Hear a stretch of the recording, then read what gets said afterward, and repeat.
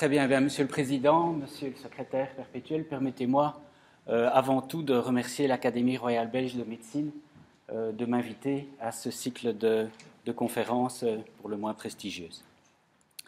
Dans la discussion précédente, l'évolution a été évoquée et permettez-moi de m'engouffrer dans la brèche pour introduire mon sujet. Au fil de l'évolution des espèces, le métabolisme aérobie s'est imposé à partir de l'apparition des eucaryotes. Et par la suite, la principale préoccupation des espèces apparues a été de s'approvisionner en oxygène, comme le montrait ce ver, ainsi que ces cnidaires filmés en mer Rouge. Alors l'évolution s'est faite avec l'apparition de l'appareil circulatoire, concomitamment avec la complexité des espèces. Les vers, sur la partie haute et gauche de la diapositive, présentaient un appareil circulatoire dépourvu de pompe, composé exclusivement de réseaux vasculaires. Il a fallu attendre 400 millions d'années, il y a 400 millions d'années, avec l'apparition des poissons pour voir apparaître une pompe, une ébauche de ventricule et d'oreillettes au niveau du circuit. Ce système était compatible avec une pression dans le liquide amenant l'oxygène, ou en tout cas dans l'élément amenant l'oxygène, importante, parce qu'après ce filtre oxygénant qui étaient les branchies, il n'y a pas de nouveau ventricule avant d'alimenter le reste des organes périphériques, et donc la pression au niveau de cet organe oxygénant était importante. Il a fallu attendre l'apparition des amphibiens et des reptiles, colonisant petit à petit les terres et se fournissant en oxygène au niveau de l'air, pour voir apparaître une double structure cardiaque qui, en un premier temps, n'a pas encore été complètement clivée, telle qu'en témoignent les saturations partielles, que ce soit au niveau du réseau artériel, mais également au niveau du réseau artériel pulmonaire. Et c'est avec l'apparition des oiseaux et des mammifères, il y a 200 millions d'années, qu'un système circulatoire complet s'est développé. Je suis toujours fasciné, en fait, à l'idée que chez l'homme, à 20 jours de vie, l'embryon présente un système circulatoire comparable à celui des vers. Il n'y a pas encore d'ébauche de ventricule. À 25 jours de vie apparaît une ébauche cardiaque qui n'est encore pas du tout cloisonnée. Le cloisonnement va commencer à se manifester vers le 30e jour de vie.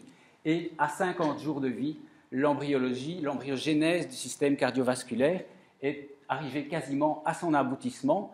Et on peut donc constater qu'en une trentaine de jours, l'embryon a reproduit ce que la nature a mis 800 000 ans à générer. Alors pourquoi avoir fait le rapprochement entre la face cachée de la Lune et la circulation pulmonaire? Simplement, en physiologie, pendant de nombreuses années, il y a eu une partie cachée et c'était fort probablement de toutes, il y a eu des parties cachées, mais de toutes, c'était fort probablement la physiologie pulmonaire qui l'était le plus. Pour quelle raison? Eh bien, tout d'abord pour une raison d'accessibilité. La circulation pulmonaire et le cœur étant situés dans le thorax, leur évaluation des vivos était difficile. Ensuite, parce que pendant de nombreuses années et jusqu'au milieu du XXe siècle, de nombreuses publications relataient le caractère peu important finalement du ventricule droit, du cœur droit, pour le bon fonctionnement de la circulation. Et les physiologistes susceptibles pourront considérer que le terme approprié « petite circulation » pour la circulation pulmonaire était quelque peu péjoratif, probablement lié à ces considérations. Ceci dit, depuis les années 70 et l'avènement du cathéter de Swan-Ganz, les données physiologiques ont bien progressé. Alors, qu'est-ce qui caractérise l'hémodynamique pulmonaire par rapport à l'hémodynamique systémique? Tout d'abord, ces résistances. Les pressions artérielles systémiques moyennes sont beaucoup plus élevées que les pressions artérielles pulmonaires et les résistances sont de l'ordre de 6 fois supérieures. Ensuite, la pulsatilité. La pulsatilité se définit par la différence entre la diastole et la systole sur l'onde de pression dans le réseau artériel. Eh bien, elle excède rarement 50% au niveau de la circulation systémique pour atteindre 100% au niveau de la circulation pulmonaire. C'est donc une différence notable.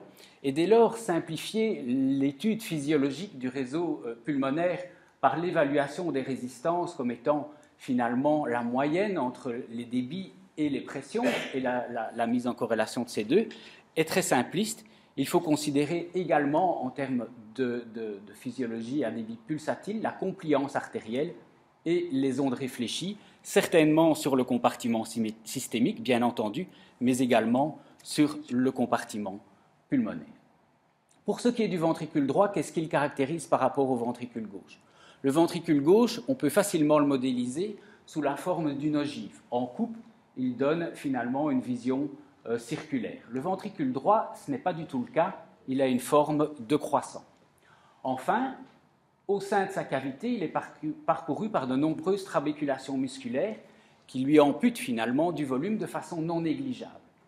Et en plus, au niveau cinétique, sa cinétique segmentaire est fortement influencée par la cinétique du ventricule gauche.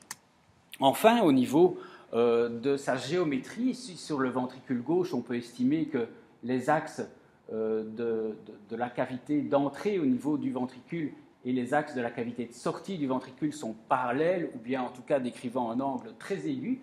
Pour le ventricule droit, ce n'est pas du tout la même chose, l'angle est beaucoup plus ouvert. Ce qui veut dire que si on veut évaluer le volume ventriculaire droit, on va avoir d'énormes difficultés de ne pas avoir des zones d'ombre si on passe par l'inflow ici au niveau de l'outflow et inversement.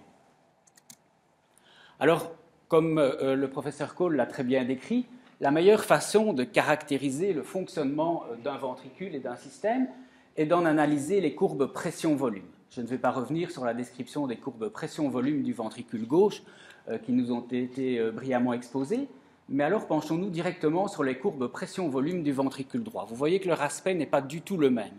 Si pour le ventricule gauche, on peut les modéliser simplement sous la forme de rectangles, au niveau du ventricule droit, on est un petit peu ennuyé. Ce ne sont pas vraiment des triangles, les portions arrondies sont très importantes, et ceci est lié en fait à la très bonne compliance du réseau artériel pulmonaire.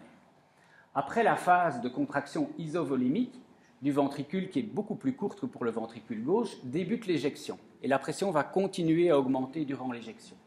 Mais surtout, à la fin de la systole, le ventricule ne va plus se contracter, ne va plus être en état de contraction à ce moment-là, mais l'éjection va continuer jusque ce qu'on pourra décrire comme étant la fin de la phase d'éjection. Et donc, l'analyse des courbes pression-volume du ventricule droit est beaucoup plus problématique. Maugham, déjà en 1979, avait très bien décrit la différence entre la fin de la systole mécanique du ventricule et la fin de la phase d'éjection du ventricule droit, ce qui ne nous facilite pas les choses, évidemment. Alors, au niveau de la circulation artérielle pulmonaire, quelles sont les pathologies qui peuvent l'atteindre? La principale est l'hypertension artérielle pulmonaire. C'est loin d'être une affection rare. Près de 40% des patients atteints d'une cardiopathie ischémique ou d'une cardiopathie valvulaire en sont atteints. Et c'est également une complication régulière d'un sujet qui m'est cher, les cardiopathies congénitales avec des shunts gauche-droit. Dès lors, l'hypertension artérielle pulmonaire a fait l'objet de nombreuses recherches dans le traitement chirurgical de ces pathologies, et dans tous les cas, on a démontré que c'était un facteur pronostic indépendant de bonne évolution post-opératoire de ces patients. Dans tous les cas, la tolérance de l'hypertension artérielle pulmonaire d'un patient dépendra de la capacité de son ventricule droit à y faire face. Alors là, nous avons un petit problème, c'est que les mécanismes d'adaptation au niveau du ventricule droit sont peu connus. La plupart sont extrapolés du ventricule gauche et déportés à droite. Et je pense que dans la grande majorité des cas, c'est justifié. Mais finalement, on n'en a jamais vraiment eu de preuve. Enfin, les méthodes d'évaluation de la fonction ventriculaire droite ne sont pas extrêmement nombreuses et généralement sont insuffisamment validées. On se base beaucoup sur des validations effectuées sur le ventricule gauche pour se réfugier, disons, derrière cela et valider des mesures prises sur le ventricule droit. Dès lors, le travail que nous avons effectué a eu pour but de développer et de valider une méthode d'évaluation qui permet d'une part d'évaluer l'hémodynamique pulmonaire pulsatile, mais nous n'en parlerons pas aujourd'hui, mais surtout d'évaluer la fonction du ventricule droit basée sur l'analyse des courbes pression-volume ventriculaire applicables in vivo. Enfin, nous avons décidé de mesurer le couplage ventriculo-artériel pulmonaire par notre méthode dans différentes espèces animales, dans différents modèles d'hypertension artérielle pulmonaire aiguë et chronique, et dans un modèle original d'hypertension artérielle pulmonaire chronique sur shunt gauche-droit reproduisant finalement une cardiopathie congénitale. Enfin, nous l'avons appliqué en clinique lors de chirurgies effectuées dans le cadre d'une chirurgie cardiaque. Le principe du couplage ventriculo-artériel est basé sur l'analyse de la courbe pression-volume du ventricule droit, comme nous venons de le voir. Son but est de déterminer la contractilité du ventricule droit, c'est-à-dire l'élastance ventriculaire, et sa post-charge, c'est-à-dire l'ensemble des forces qui s'opposent à l'éjection du ventricule. Et donc il ne s'agit pas exclusivement de la résistance, mais également des ondes réfléchies et de la compliance des vaisseaux qui intervient. Tout ça repris sous un terme appelé élastance artérielle qui correspond en fait à la post-charge. Le rapport entre l'élastance ventriculaire sur l'élastance artérielle, nous venons de le voir, donne une idée de l'adaptation du ventricule droit à une post-charge, et c'est ce qu'on appelle le couplage ventriculo-artériel pulmonaire du côté droit. Alors, pour rappeler de façon succincte, mais je pense que ça n'est pas inutile, la vision du ventricule gauche, si on considère le volume du ventricule droit, si on considère le volume éjecté par rapport à la pression de fin de systole, eh bien, c'est inversement proportionnel. La relation est linéaire pour le même travail fourni par le ventricule, mais au plus la pression en fin de systole est importante et au plus le stroke volume sera réduit. Pour ce qui est du réseau artériel, que ce soit au niveau aortique ou au niveau pulmonaire, la règle est la même. C'est une relation directement proportionnelle et linéaire une fois de plus. En fin de systole, la valve pulmonaire est ouverte ou la valve aortique est ouverte et nous pouvons dès lors coupler le système. Je ne reviens pas plus en détail sur cette notion. Alors, comme l'a évoqué le professeur Cole, la détermination de l'élastance ventriculaire, de la droite d'élastance ventriculaire, nécessite généralement des modifications de précharge ou de post-charge, mais c'est vrai qu'en général, on préfère la précharge. Ces manœuvres sont cependant assez invasives en clinique quotidienne et dès lors, nous souhaitions essayer de nous en passer. Et donc, sur un modèle canin, nous avons développé une méthode ne nécessitant pas de manipuler la pré- ou la post-charge pour déterminer l'élastance ventriculaire et ne nécessitant pas non plus de mesurer de façon instantanée le volume ventriculaire droit, étant donné les problèmes techniques que cela peut occasionner.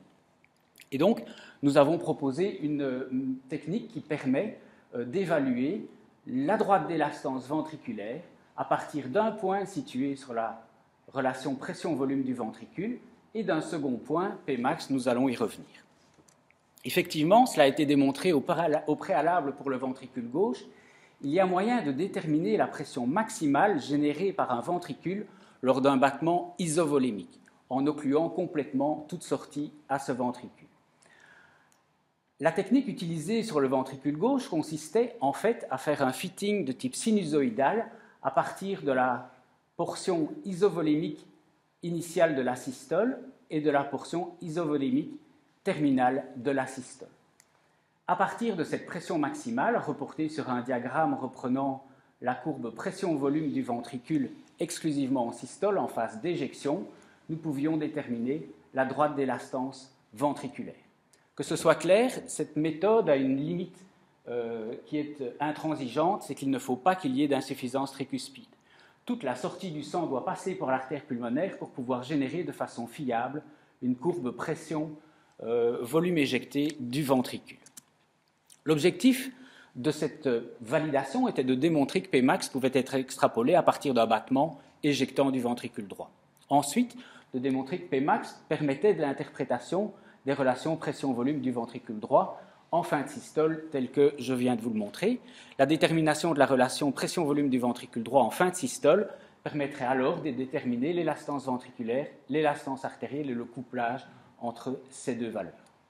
Enfin, nous proposons de valider la détection de changements, de modifications de contractilité et de post-charge par cette technique. Le volume ventriculaire est évalué exclusivement en systole, à la condition, je le rappelle, qu'il n'y ait pas d'insuffisance tricuspide, par un flow probe donnant une idée instantanée du débit au niveau pulmonaire. La pression dans le ventricule est évaluée par un cathéter à micromanomètre. Nous avons, pour cette première série de manipulations, placé un lac aussi près de la valve pulmonaire que possible et de lac au niveau des artères pulmonaires en vue de pouvoir augmenter la post-charge ventriculaire. Alors, en vue de valider notre évaluation de Pmax, ce qui pouvait sembler en un premier temps extrêmement aléatoire, nous avons enregistré des débits instantanées et des pressions instantanées au niveau du ventricule et le débit au niveau de l'artère pulmonaire, bien entendu. Et nous avons effectué un clampage total du tronc artériel pulmonaire en aval immédiat de la valve pulmonaire, tel qu'en atteste l'absence de débit résiduel au niveau pulmonaire, et nous avons mesuré une pression maximale générée par le ventricule. Il nous restait à comparer cette pression maximale générée par le ventricule à celle que nous allions obtenir par extrapolation sinusoïdale à partir de ces battements précédents. Nous avons effectué de l'ordre de 120 manipulations, effectuées à l'état de base, avec augmentation de post-charge, avec augmentation de contractilité, avec diminution de contractilité, en vue de s'assurer que cette corrélation entre les deux valeurs était valable dans toutes les conditions que l'on pouvait rencontrer. Et qu'avons-nous observé? Eh bien que lorsque l'on compare la Pmax observée réellement au niveau du ventricule et la Pmax prédite, les valeurs s'alignent exactement sur une droite dont le coefficient de régression est extrêmement bon.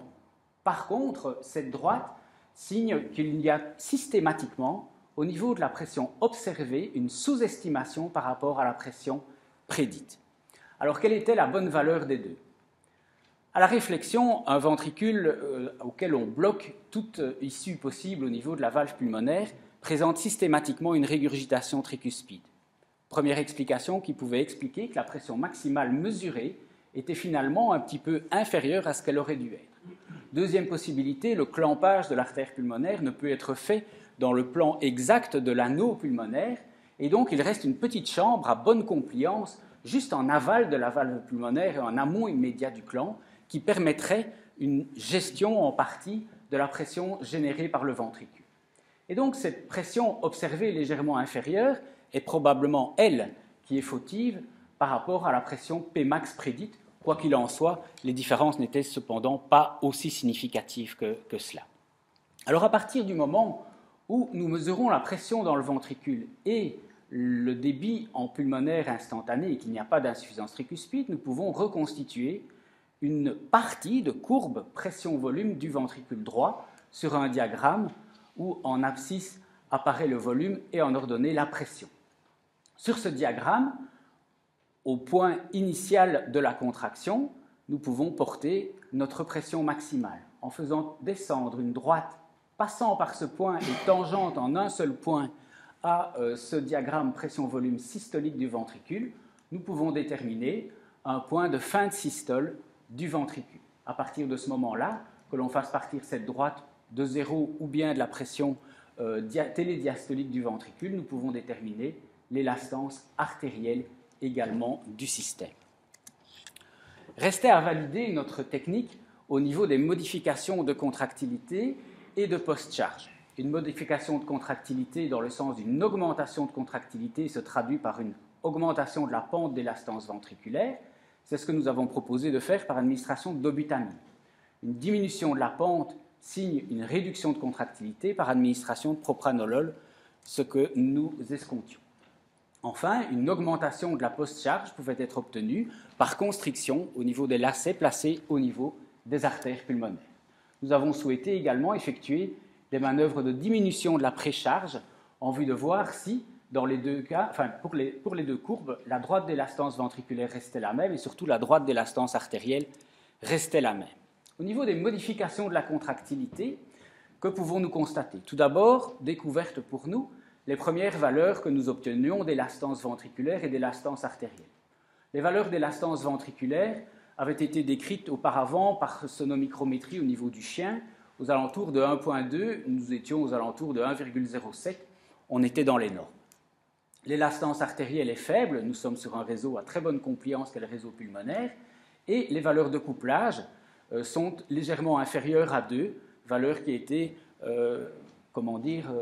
qualifiée comme étant la plus efficiente possible pour le fonctionnement du système. Une fois de plus, ici, la narcose de notre préparation en est probablement responsable. L'administration de dobutamine se traduit par une augmentation significative de l'élastance ventriculaire, sans modification significative de l'élastance artérielle, et les valeurs de couplage s'en retrouvent augmentées. Ça veut dire que dans ces conditions, nous consommons trop d'oxygène par rapport une fois de plus, au travail que le ventricule nous fournit. Par contre, l'administration de propranolol ne s'accompagne pas d'une modification d'élastance ventriculaire et d'une légère augmentation d'élastance artérielle non significative. Alors pourquoi n'a-t-on pas de diminution de l'élastance ventriculaire?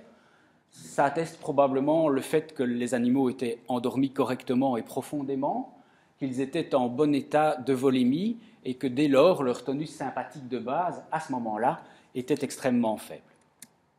Pour ce qui est des détections de la contractilité, ça semblait répondre. Pour ce qui est des détections de modification de post-charge, nous avons tout d'abord soumis nos chiens à de l'hypoxie. L'hypoxie est un vasoconstricteur pulmonaire, modéré chez l'homme, tout comme chez le chien, et donc nous observons une légère augmentation de l'élastance artérielle, accompagnée d'une augmentation de l'élastance ventriculaire, probablement due à une augmentation du tonus sympathique tel qu'observé en hypoxie. Les valeurs de couplage étaient préservées et dans le même range avant et après hypoxie. Nous avons décidé de vérifier un petit peu quelle était l'influence du du tonus adrénergique sur cette augmentation d'élastance ventriculaire et éventuellement d'élastance artérielle, et donc avons mis les animaux sous propranolol et phyntolanon en vue d'effectuer un bloc alpha et bêta adrénergique. Et à ce moment-là, que constate-t-on?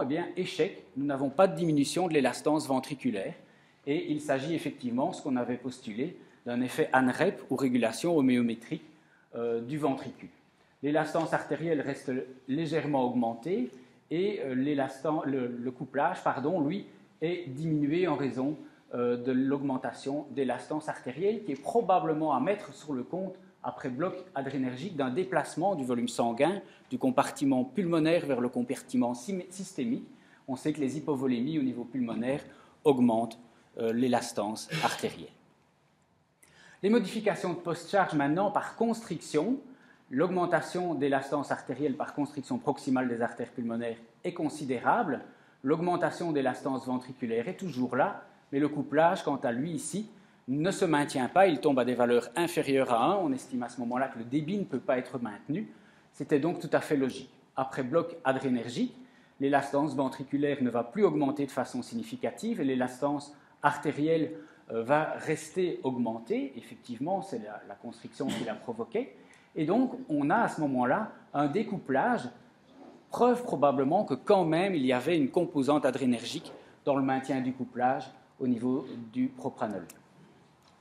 Au niveau des modifications de précharge, l'élastance ventriculaire n'est pas modifiée, l'élastance artérielle est augmentée, ce qu'on a rapporté en 1999 sur des préparations où on induisait une hypovolémie chez le chien et où on mesurait les composantes de post-charge ventriculaire droite, et le couplage est dès lors réduit avant bloc, après bloc.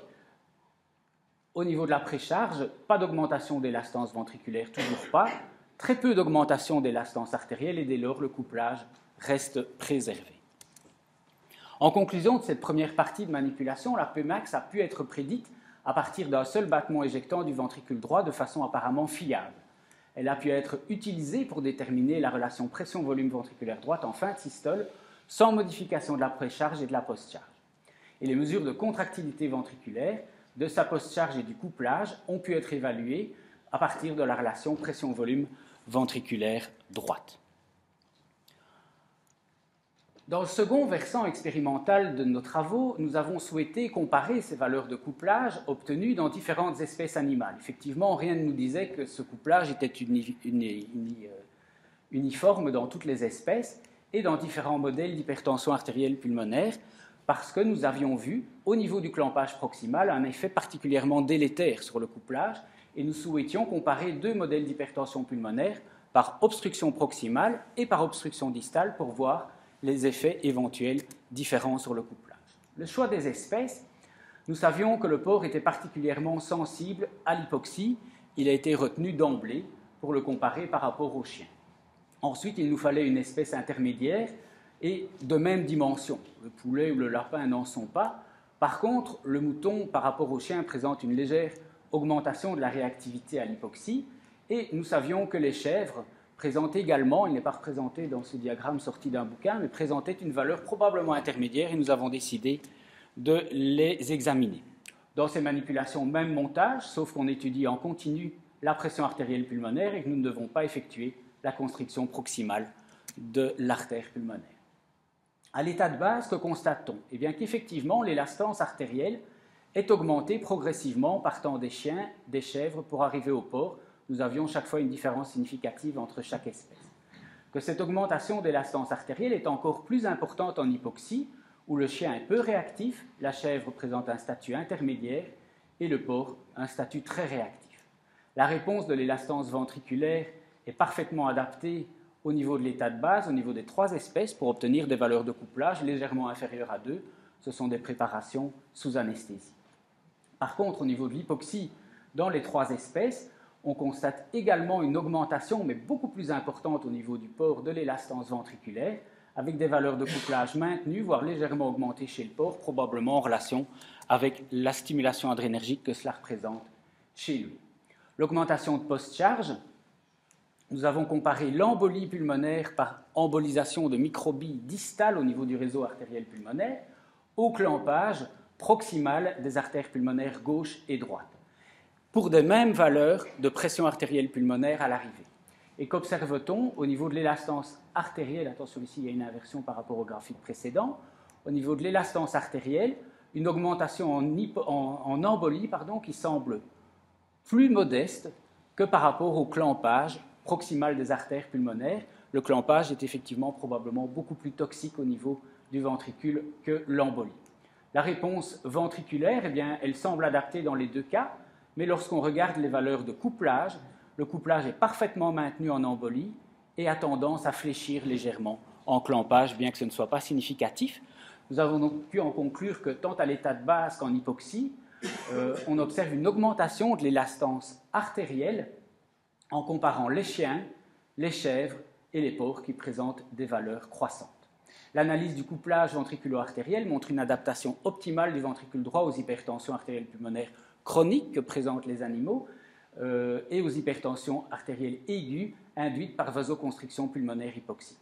Par contre, au niveau modèle d'hypertension pulmonaire, le couplage a été préservé de façon optimale aux hypertensions obtenues par embolisation et également par constriction artérielle, bien que semblant à sa limite pour cette dernière, à la limite de la signification. Enfin, nous souhaitions, pour terminer ce volet expérimental, recréer un modèle de cardiopathie congénitale à shunt gauche-droit pour voir un petit peu l'adaptation du ventricule droit face à une telle situation et comparer plusieurs vasodilatateurs pulmonaires classiquement utilisés en clinique, à savoir l'oxyde nitrique et les prostacyclines. Alors l'exemple de shunt gauche-droit en chirurgie ne manque pas. Il y a le fameux shunt de Blalock Taussig qui utilise une artère sous-clavière, qui a été régulièrement utilisé de par le passé. Le gros inconvénient qu'il a, c'est qu'il n'a jamais été démontré comme induisant des hypertensions pulmonaires.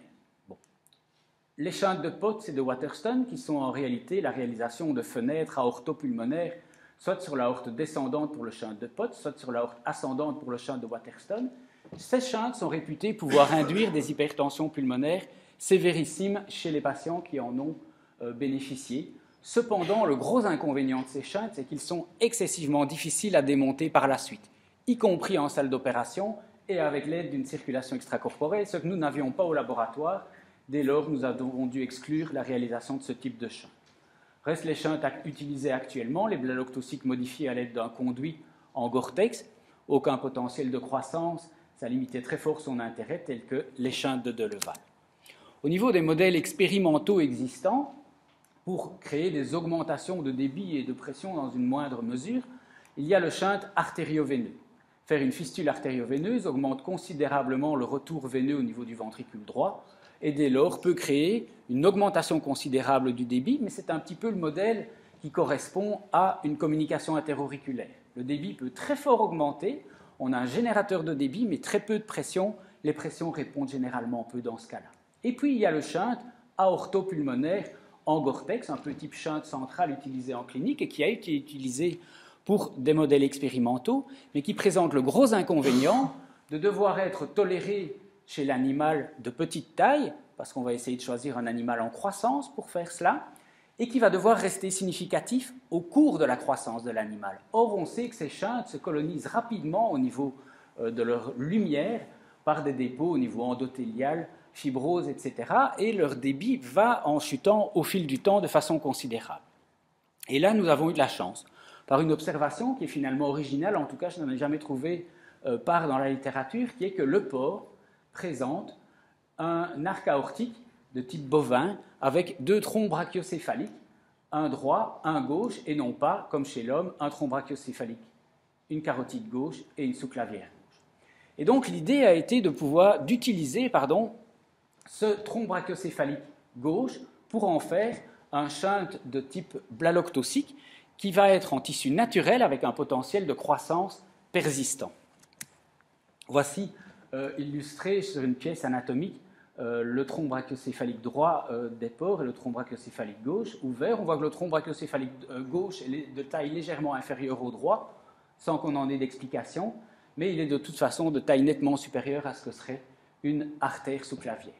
Des travaux très anciens de ligature des artères carotides au niveau de sujets canins très jeunes avaient montré que le risque de développer un accident vasculaire cérébral était excessivement faible à partir du moment où on l'effectuait chez des sujets très jeunes. Et donc nous nous sommes lancés pour effectuer ce type de shunt chez un animal en croissance, à savoir le porc. On a retenu le porc d'une part parce que c'est chez lui qu'on a fait cette constatation anatomique, évidemment, mais on l'avait déjà choisi avant, surtout aussi parce qu'il présente une réactivité au niveau de son réseau vasculaire pulmonaire plus importante et déjà à l'état de base un statut d'hypertension pulmonaire déjà quelque peu présent.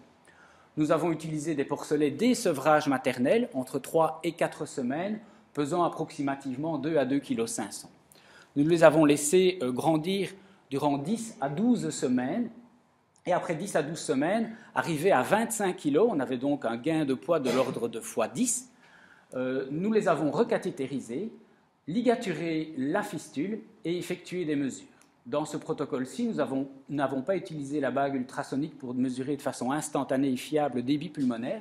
Nous avons utilisé un cathéter à vélocimètre parce que, dans un contexte de réintervention, aller faire le tour de l'artère pulmonaire, nous savions que nous allions perdre certains animaux, ou en tout cas que les interventions allaient être trop longues que pour pouvoir se dérouler dans un contexte physiologique normal. Alors, nous avons effectué une vingtaine d'interventions de ce type. Nous avons perdu un porcelet chez qui nous avions réalisé un shunt d'un œdème pulmonaire et 5 autres ont présenté un œdème pulmonaire, mais qui a répondu à l'administration de furosémide. Par contre, sur les 20, 10 ont bénéficié d'une intervention de type sham. Nous avons effectué une thoracotomie, nous avons ouvert le péricarde, mais nous n'avons pas réalisé le shunt. Nous avons simplement ligaturé le tronc brachiocéphalique gauche pour se remettre exactement dans les mêmes conditions physiologiques. Et quand on compare l'épaisseur de la média après 10 à 12 semaines de croissance chez ces porcelets, on constate que notre population shuntée a une épaisseur de média plus importante et de façon significative par rapport à l'épaisseur de la média chez la population sham. Et nous constatons également que l'impédance caractéristique, qui est un indice de rigidité proximale des vaisseaux, était augmentée de façon significative chez les porteurs d'un shunt, ce qui signifiait finalement une rigidité augmentée au niveau du réseau artériel pulmonaire. Quand on compare l'effet de l'hypoxie chez la population sham, pas de secret, nous l'avons vu dans l'étude précédente, augmentation considérable de l'élastance artérielle, accompagnée d'une augmentation de l'élastance ventriculaire et des valeurs de couplage préservées. Au niveau de la population shunt, surprise, pas de réponse au niveau de l'élastance artérielle et pas de réponse non plus, évidemment, au niveau ventriculaire et des valeurs de couplage toujours préservées. À noter que nos valeurs d'élastance artérielle par rapport à l'état de base étaient augmentées chez la population shuntée par rapport à la population contrôle, tout comme l'élastance ventriculaire, les valeurs de couplage ne montraient pas de différence significative. Nous avons testé l'administration de vasodilatateurs chez la population sham et chez la population shunt à l'état de base. Les prostaglandines ont peu d'effet, tout comme l'oxyde nitrique chez la population sham. Chez la population shuntée, l'élastance artérielle ne montre pas de différence significative. On avait juste une chute au niveau de l'élastance ventriculaire, mais des valeurs de couplage préservées. Donc pas d'effet vasodilatateur important. De ce côté-là, peut-être un peu plus pour l'oxyde nitrique simplement. En hypoxie, l'élastance artérielle chute de façon significative au niveau de l'administration d'oxyde nitrique dans la population contrôle, différence significative par rapport à l'état de base, mais également par rapport à l'administration de prostaglandines qui ont un effet moindre manifestement de ce côté-là. Au niveau des shunts en hypoxie, effet qu'on pourrait qualifier paradoxal, mais fort probablement adrénergique de l'administration de prostaglandines, car le rythme cardiaque dans cette série-là était significativement plus élevé. Réponse de l'élastance ventriculaire et pas de modification au niveau du couplage.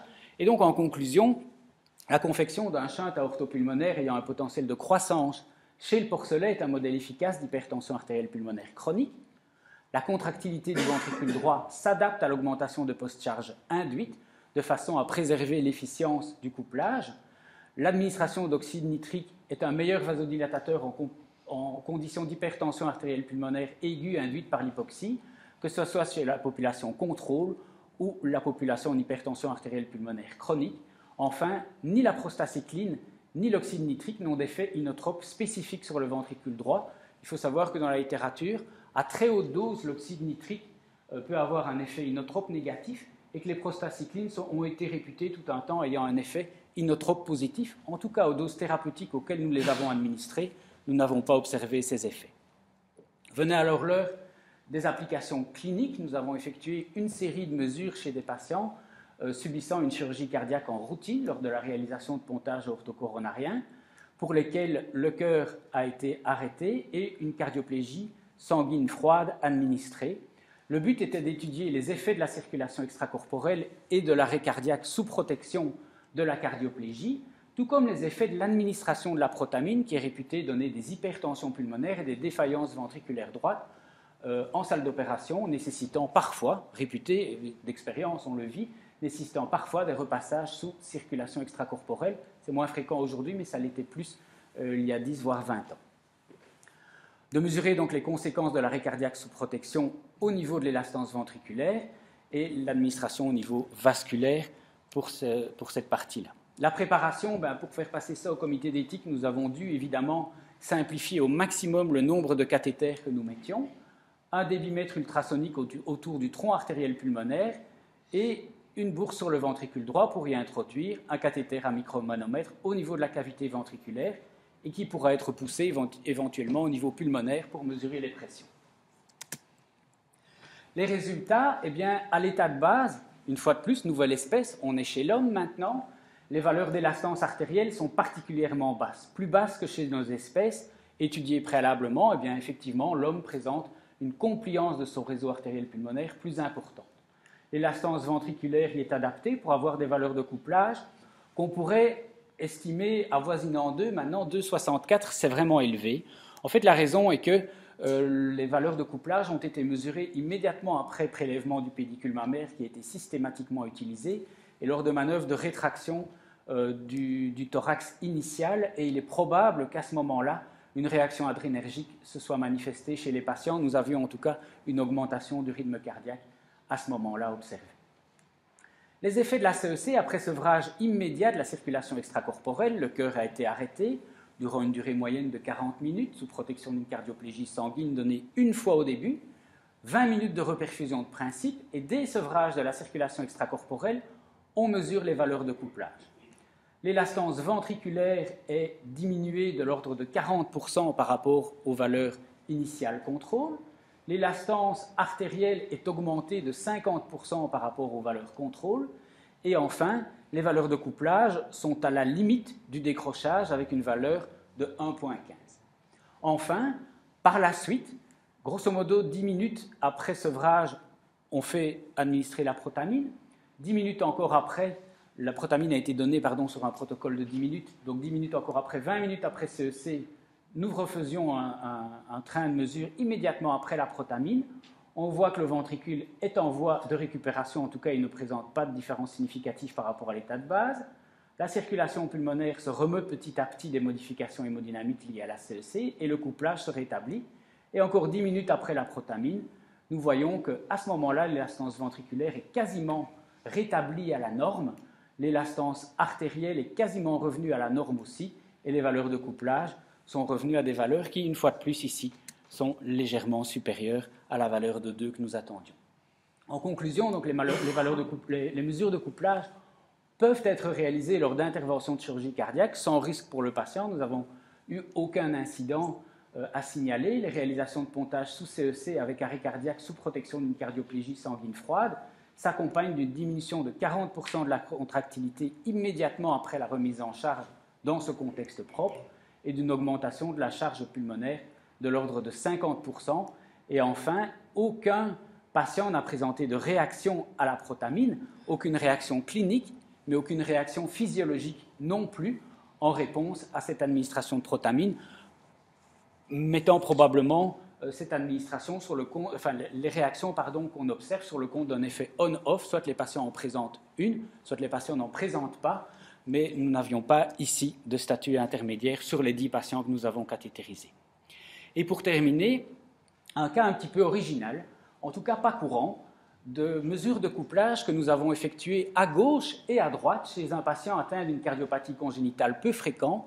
On estime que c'est grosso modo 1 sur 100 000 naissances, une double discordance. Ça correspond à une inversion des connexions auriculo-ventriculaires associée à une inversion des connexions ventriculo-artérielles. Ce qui veut dire qu'en termes physiologiques, la circulation est normale. Le sang revient désoxygéné par les veines caves, l'oreillette droite passe dans le ventricule gauche, repart vers la circulation pulmonaire et revient de la circulation pulmonaire pour passer dans le ventricule droit et repartir du côté aortique. C'est tout le caractère traître de la pathologie, c'est que tant qu'on n'a pas de souci avec cette pathologie-là, elle n'est pas diagnostiquée. C'est la raison pour laquelle également on n'a pas de chiffres d'incidence très précis. Il y a des études qui ont été faites dans les pays nordiques sur des nécropsies effectuées de principe systématiquement et qui ont donné ce chiffre de potentiel de 1 pour 100 000, mais qui est très discuté. Par contre, la situation n'est pas du tout anatomique. On a un ventricule gauche qui est en position sous-pulmonaire et un ventricule droit qui est en position systémique. Et donc, c'était très intéressant de pouvoir effectuer des mesures dans ce cadre-là. Il faut savoir que ces pathologies sont généralement, quand on les rencontre, sont associées à une communication interventriculaire. Le patient qui aurait une double discordance avec une communication interventriculaire ne présenterait aucun intérêt à pouvoir effectuer des mesures parce que cette communication interventriculaire ferait qu'il y ait interaction entre les deux ventricules dans un sens ou dans l'autre en fonction du ventricule concerné. On n'aurait pas une situation pure de ventricule droit en position systémique. Le cas de notre patient était qu'il avait une communication interauriculaire sans chaîne significative gauche-droit, pas d'indication opératoire a priori, sauf qu'il avait fait 2 épisodes d'embolie paradoxale pour lesquels on n'avait pas d'autre raison que cette communication interauriculaire présente. Et donc, nous avons eu l'opportunité de pouvoir l'opérer et de prendre des mesures, ce qui m'a valu 48 heures sur un départ en vacances. Je m'en souviendrai fort probablement longtemps, mais je pense que ça valait vraiment la peine. Ici, mesure de couplage au niveau aortique, au niveau pulmonaire, avec mesure des pressions au niveau des 2 ventricules. Et la situation est intéressante.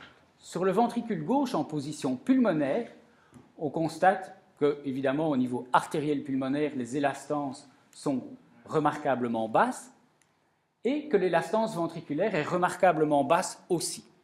Et donc, les valeurs de couplage avoisinent autour de 1,7, ce qui est une valeur absolument normale, ce qui montre finalement que le ventricule gauche s'est parfaitement adapté à ces conditions de post-charge diminuées. C'est ce qu'on observe un petit peu dans les transpositions des gros vaisseaux en bas âge. Eh bien, si on ne corrige pas la situation en déant le mois de naissance, on risque d'avoir des défaillances de ce ventricule gauche qui a été en position pulmonaire et qui s'est déconditionné. On savait le mécanisme aller très vite et être rapidement irréversible pour le remettre en position gauche, mais on ne savait pas jusqu'où cela allait. Par contre, le ventricule droit en position systémique eh bien, montre des valeurs de contractilité augmentées, bien entendu, de façon considérable par rapport à ce qu'elles auraient dû être en position droite, mais cependant des valeurs de couplage anormalement basses. On est loin des valeurs de 2, même chez un patient endormi, on aurait pu avoir 1,5, 1,6. Ici, on se rapproche quand même très fort de la valeur de 1, compatible avec ce qu'on décrit dans la littérature chez les patients qui ont des doubles discordances ignorées et qui présentent, dans la 2e décade de la vie, des épisodes de décompensation du ventricule systémique, qui est un ventricule droit. L'embryologie peut en partie expliquer cela. Voilà. Donc, en conclusion, le ventricule droit en position systémique montre sa limite d'adaptation, bien que chez ce patient qui était absolument asymptomatique, le couplage était au-delà de 1, mais il était quand même beaucoup plus proche de 1 que tout ce qu'on avait vu jusqu'à présent. Et le ventricule gauche, en position pulmonaire, adapte sa contractilité à la faible post-charge qui lui est imposée. Bien entendu, il s'agit d'un cas et pas d'une série d'une dizaine de patients, tels que nous devrions le faire pour des raisons scientifiques, mais enfin, ça valait quand même l'intérêt. Et les reviewers y ont été sensibles parce que, vu la rareté de la pathologie, je pense que jamais personne n'aura 10 cas dans cette situation à publier. Et donc, en conclusion, notre travail a consisté à développer et à valider une méthode d'évaluation du couplage ventriculo-artériel pulmonaire efficace, à l'appliquer sur des modèles d'hypertension artérielle pulmonaire aiguë et chronique, et à démontrer son applicabilité sans risque sur les patients en clinique. Il semble ressortir des résultats obtenus que la post-charge est un des déterminants majeurs de la contractilité ventriculaire droite, tel que le professeur Cole nous l'a montré pour le ventricule gauche. Je vous remercie de votre attention et vous remercie encore de votre invitation.